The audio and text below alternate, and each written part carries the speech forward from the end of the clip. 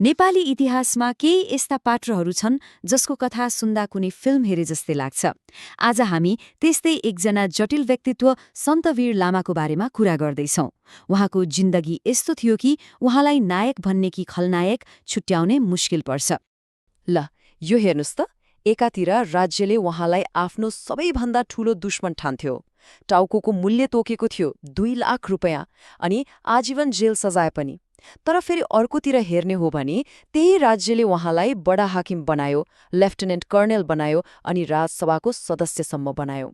एउटै मान्छे कसरी दुश्मन पनि अनि राज्यको स्तम्भ पनि, कस्तो अचम्म होइन त? त्यसो भए खासमा को हुनुहुन्थ्यो त सन्तवीर लामा? कसरी एउटै मान्छे राज्यको लागि यति खतरनाक पनि अनि त्यति नै महत्त्वपूर्ण पनि हुन सक्छ? ल, यो कुरा बुझ्नको लागि हामी अलिकति पछाडि फर्केर उहाँको सुरुवाती दिनहरूमा जाउँ है त। ल सुरु गरौँ उहाँको युवा अवस्थाबाट, जब उहाँ एक विद्रोही हुनुहुन्थ्यो। यहीँबाट सुरु हुन्छ उहाँको राणा शासन विरुद्धको लडाईँको कथा। सोच्नुस् त, जम्मा 21 वर्षको उमेर। यो उमेरमा सन्तवीर लामाले एउटा यस्तो बाटो रोज्नुभयो जहाँबाट उहाँ सिधै राणा शासनको आँखाको तारो बन्नुभयो। उहाँ एकजना कडा एक्टिभिस्ट बनेर ज्यानकै बाजी लगाएर परिवर्तनको लडाईँमा हाम फाल्नुभयो। उहाँ राणाहरूका लागि कति ठूलो चुनौती बन्नुभएको थियो भन्ने कुरा यो रकमले नै बताउँछ। प्रधानमन्त्री जुद्ध शमशेरले उहाँलाई जिउँदो वा मरेको समात्नेलाई 2 लाख रुपैयाँको इनाम रखेका थिए। 2 लाख! त्यो जमानामा यो भनेको त कल्पना बाहिरको रकम थियो, बुझ्नुभयो नि। तर के यति ठूलो इनामले सन्तवीर लामा डराए त? बिल्कुलै डराएनन्। उल्टै उहाँले प्रधानमन्त्रीलाई यस्तो जवाफ पठाउनुभयो जुन सुनेरै अचम्म लाग्छ। उहाँले आफ्नो 52 इन्चको छाती देखाएर खिचेको एउटा फोटो पठाइदिनुभयो। कस्तो आँट, कस्तो निडरपन! अनि यो घटनापछि त उहाँको जिन्दगी भागदौडमै बित्यो। सरकारले समात्यो, तर उहाँ जेल तोडेर भाग्नुभयो। भारततिर लाग्नुभयो, तर राणाहरूले त्यहाँ पनि छोडेनन्।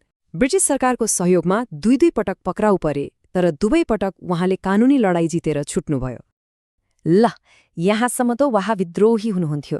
तर अब सुरु हुन्छ कथाको सबैभन्दा अचम्म लाग्दो मोड।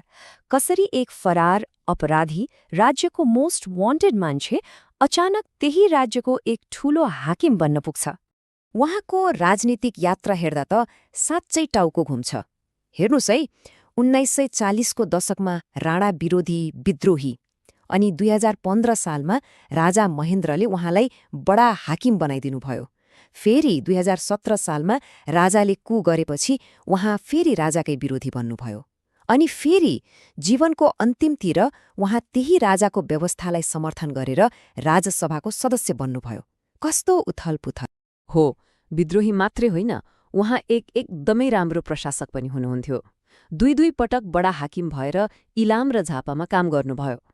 त्यहाँ उहाँले विकास, सुरक्षा अनि उद्योग धन्दामा यति धेरै काम गर्नुभयो कि त्यसको चर्चा आजसम्म पनि हुन्छ।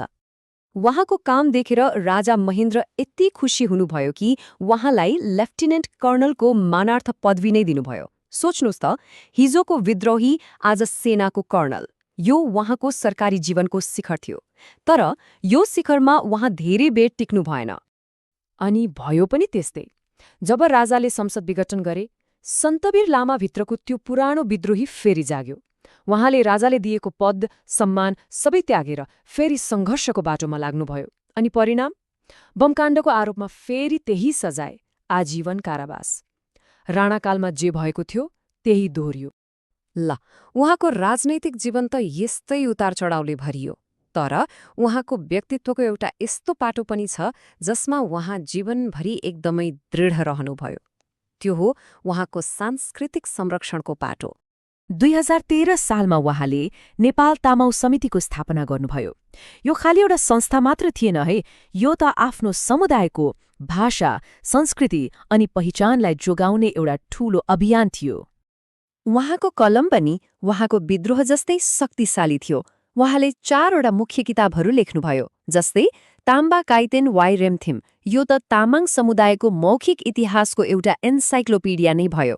त्यस्तै सेबु सेबुमा तामाङ विवाहको बारेमा लेख्नुभयो, इलाङ दर्पणमा बडा हाकिम हुँदाको अनुभव, अनि नाङ वा साङ्गेमा बौद्ध धर्मको बारेमा। हेर्नुहोस् त, कति फरक फरक विषयमा उहाँको दखल थियो।